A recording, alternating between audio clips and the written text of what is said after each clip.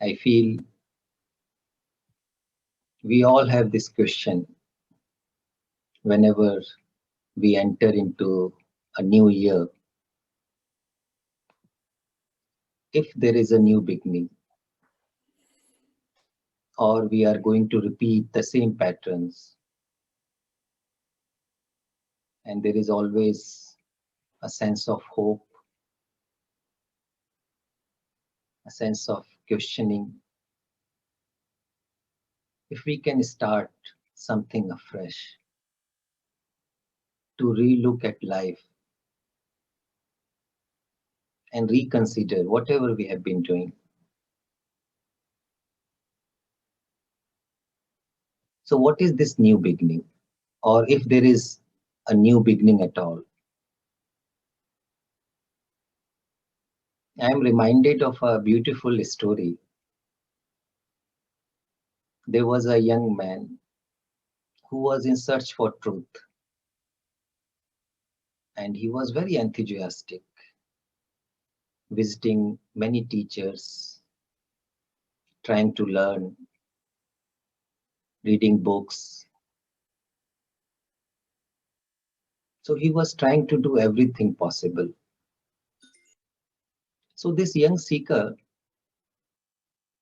went to live in an ashram, a monastery,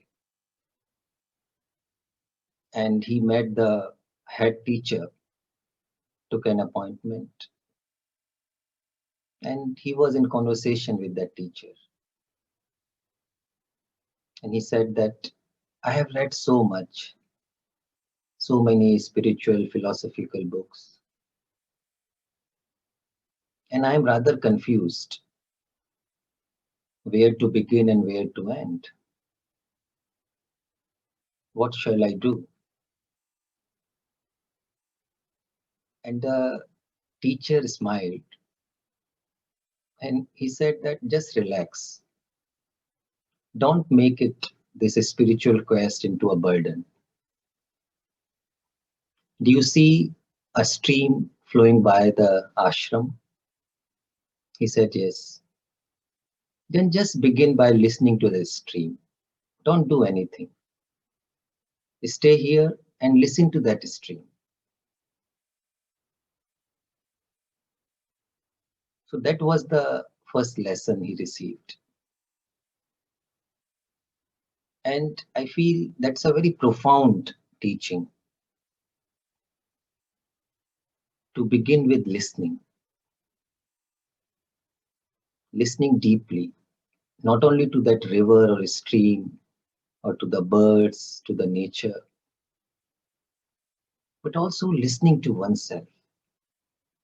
Because there is also a stream flowing inside each one of us, the stream of consciousness, the stream of thoughts, emotions, feelings.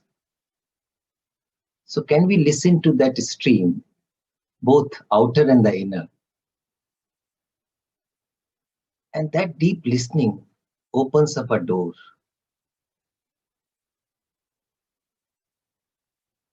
It opens up a door to deep learning. And in this listening, there is no gathering of more and more information, more and more knowledge. This listening is happening from a ground of a quiet mind. Because only when the mind is quiet, it is able to listen anything deeply.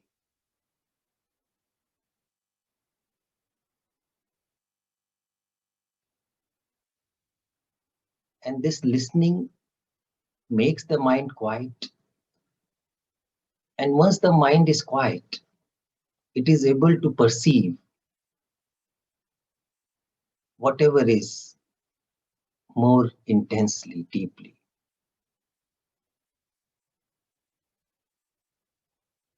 And this is the beauty of listening. In one of the talks with David Bohm, J. Krishnamurti says that listening itself is transformation. In the book Ending of Time, After series of conversation, David Bohm asks, then what is it that will bring about transformation?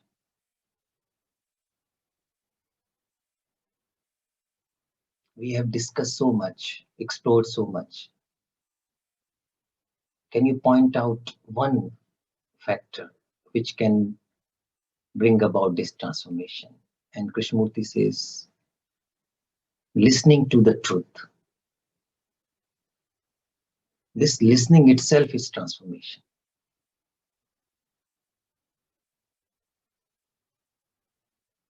And this truth is not some mystical thing, but the truth of this living moment. Whatever is happening, listening to that.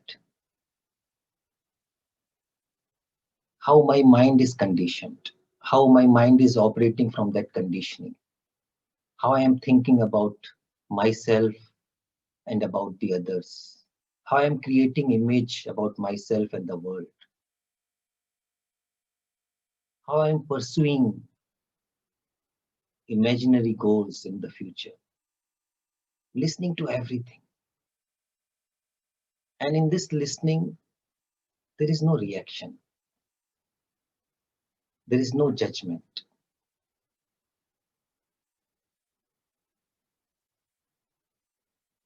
And I feel there are basically two modes of living. One mode of living with which we are all familiar is a mode of reaction, living from the ground of reactions. And these reactions are the reactions of past memories.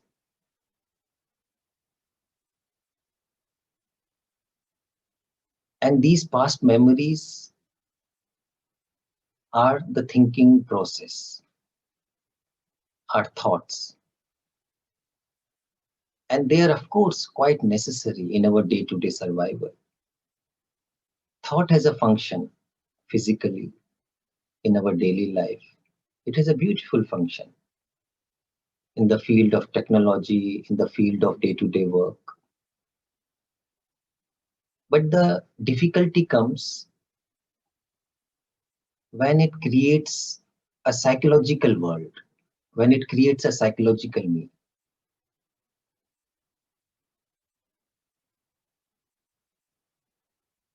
And what is this psychological me?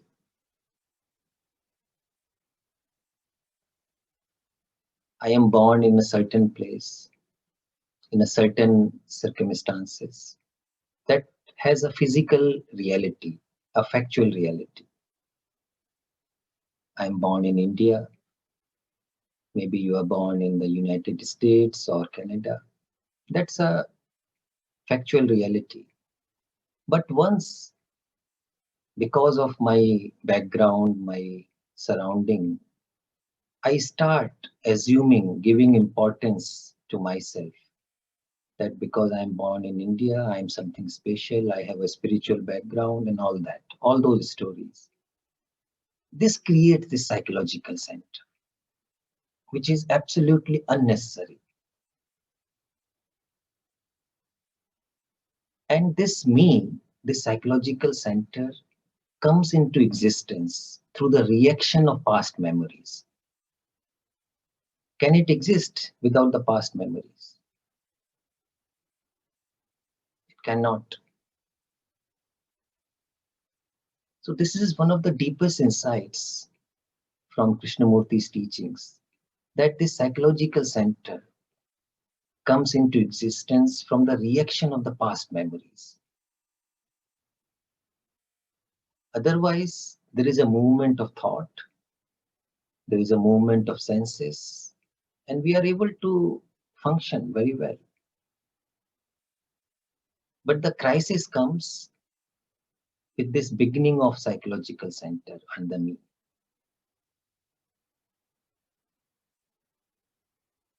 And when we are living from the ground of the me or the observer, then life is very repetitive, very mechanical. There is nothing new. There is no creativity. It's like moving in a circle. Then we are reacting to whatever is happening. We are not actually listening, not observing.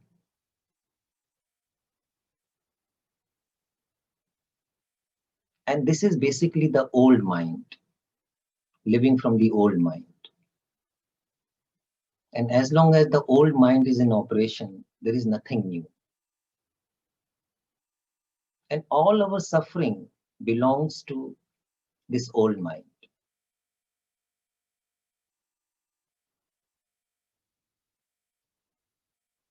Suffering is born through the reaction of these past memories. Actually, the very existence of the psychological center is the ground of suffering. As long as I am somebody, I am something, the ground of suffering is there. So we can say this ego and suffering, they exist together. So how can there be a new beginning in this field of observer or the ego, in the field of these reactions from the past memories?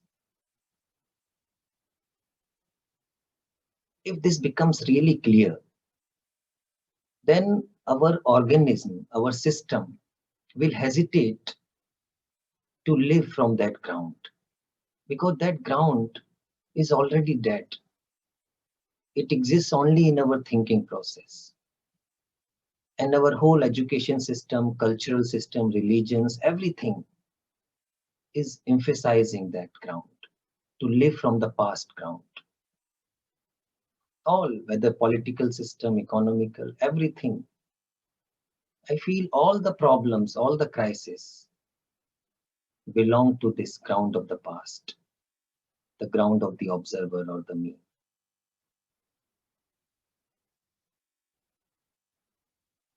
So is there a different ground? Is there a different mode of living?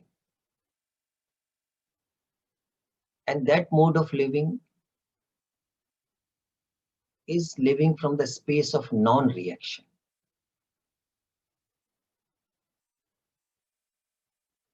And I feel this is the true education.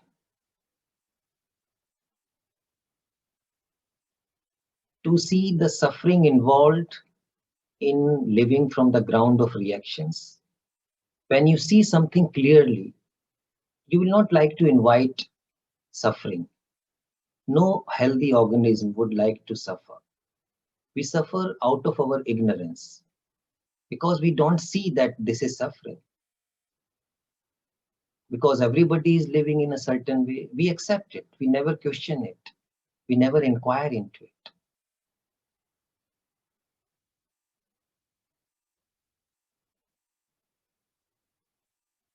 So living from this ground of non-reaction is the new beginning, is a different, completely different way of living. And all these teachings are inviting us to explore this ground of non-reaction. And in this non-reaction, deep listening is happening. Because listening is not reacting.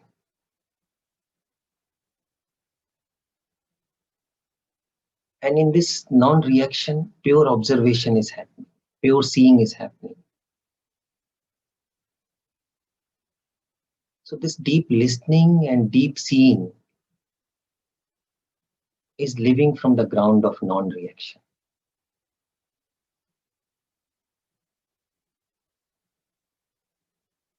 Then whatever is happening, there is an attention to it. There is a choiceless awareness to whatever is happening.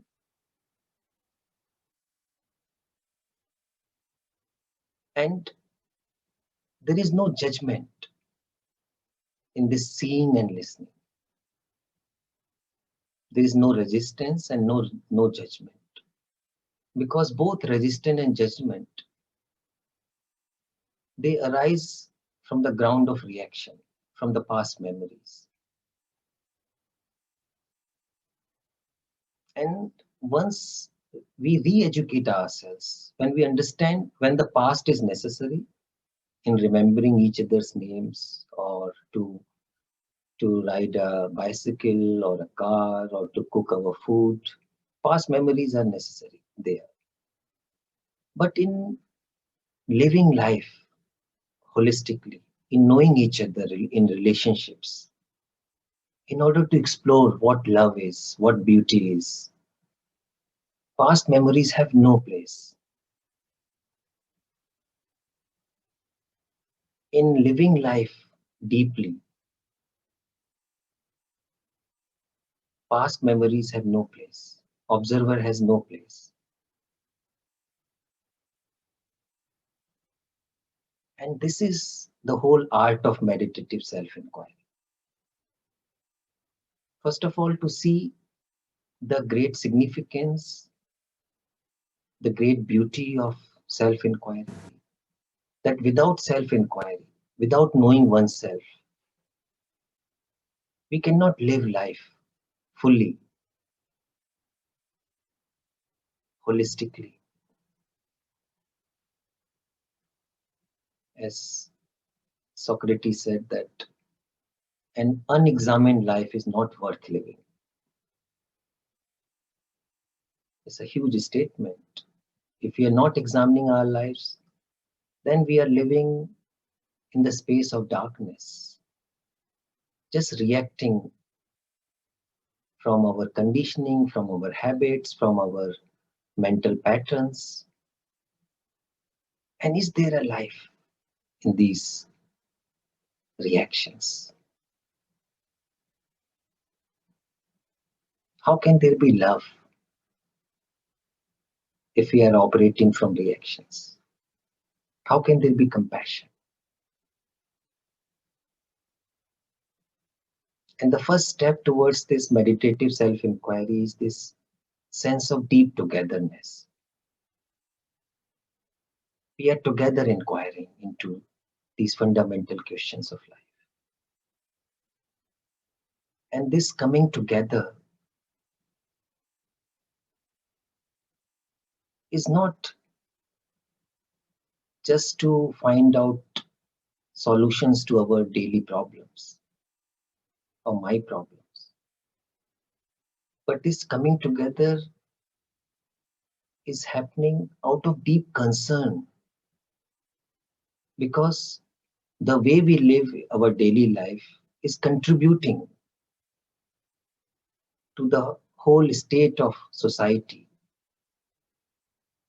the whole state of the world, because society and myself are not separate. The way I live contributes to the state of the world. If there is violence, aggression in the society, in the world, it is because I am living that aggression and violence in my daily life. That's why it's a great responsibility to undertake this journey of self-inquiry in learning about oneself. So do we feel this sense of deep togetherness? Then we can listen to each other. We can work together. So this deep togetherness, deep affection is the first step towards that self-inquiry. Otherwise, it becomes an intellectual affair. People gather out of some selfish interest in order to achieve a certain goal in business and all that. And that's a very limited spirit of coming together. In this meditative self-inquiry, the whole concern is to examine our lives together, because life is not in isolation. We are dependent on each other. The whole life is interconnected. Nothing is separate, nothing is isolated.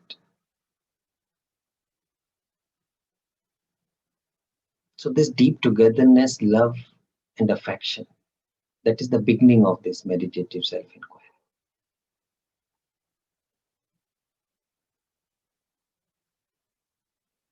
And the second factor is this sense of deep wonder, a deep curiosity,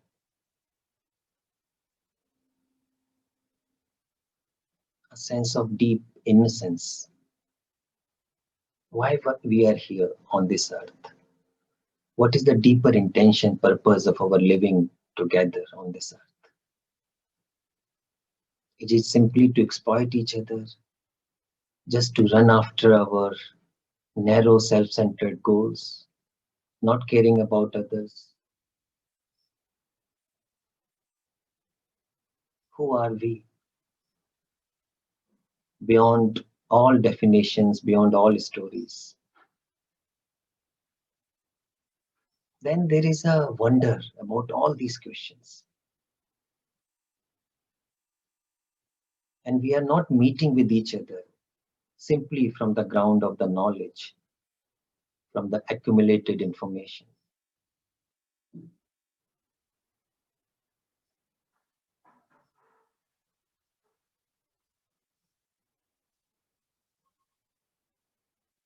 And when this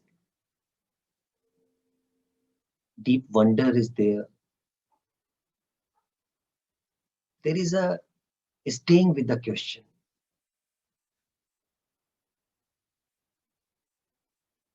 In meditative self-inquiry, we are not rushing to answer questions. We are together holding a question. Why we suffer? Why do we live with fear? Why do we constantly live with these habitual mechanical patterns? We are not simply answering them with our knowledge, but staying with the question. Who am I? What is this I? Is there something beyond this mechanical consciousness? Is there something beyond these thought patterns?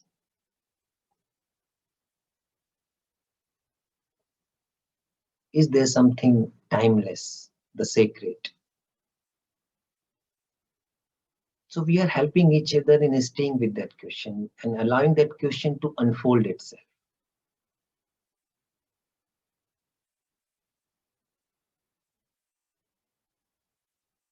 And when we feel this great sense of urgency and responsibility of being a human,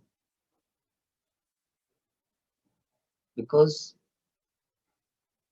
being a human brings enormous responsibility. If we simply consider that our life is to consume and just die one day, then we are not actually inquiring. But when we are asking all these deep questions, staying with them with this quality of wonder and innocence, then there is a totally new beginning. Then there is a deep listening to all these questions. There is a deep observation, a perception of what is, an insight into what is true and what is false.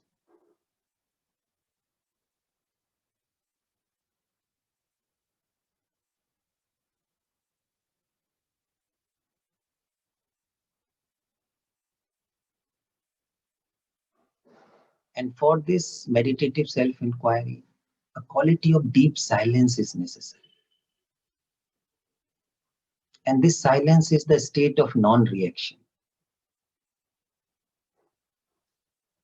When mind is not reacting habitually, but it can watch the origin of reactions.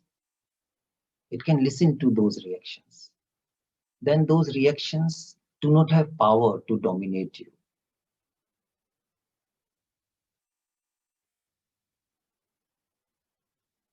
In this state of inattention, unawareness, we are mechanically reacting.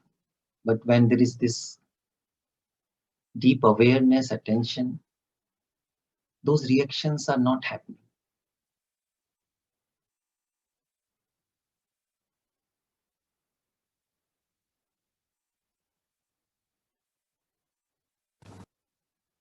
When we realize the pain, the deep sorrow of living from the ground of reactions, from the habitual mechanical patterns, then a question comes. What is that non-mechanical, authentic way of living? When there is a total openness to dying psychologically, letting go of everything that we have accumulated.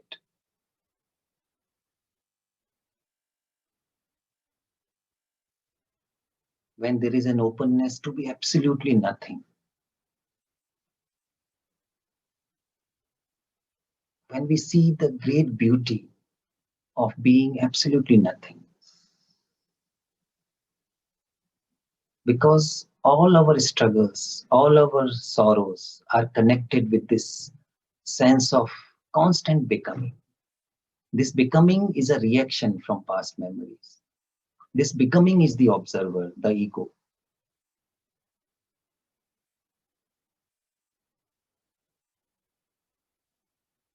And once we realize this great suffering involved in it, then there is a letting go of this observer. Observer which comes as a reaction from past memories. Then there is a letting go of everything which is non-essential. What is essential remains when there is this flame of awareness, the flame of attention. So are we prepared to let go of everything which is non-essential? And this meditative self-inquiry helps us in realizing that.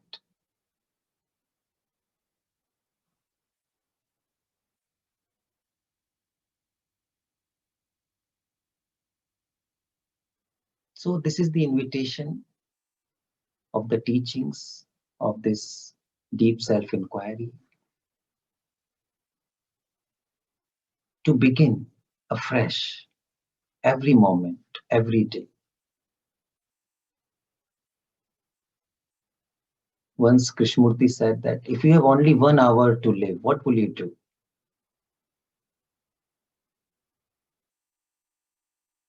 Will you still think in terms of time? Will you still just engage yourself in those reactions, in the repentance or all those stories? Or you will simply let go of everything? All one's resentments, one's hurts, pleasures. So this total openness to dying at any moment, dying inwardly, psychologically, and being absolutely nothing, I feel is the secret of living, is the key to deep happiness.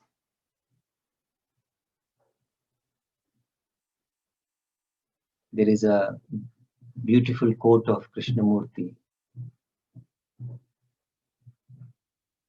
and it is often mentioned by one of the teachers. He said that once Krishnamurti was asked, "What is your secret?" And Krishnamurti replied that my secret is that I don't mind what happens.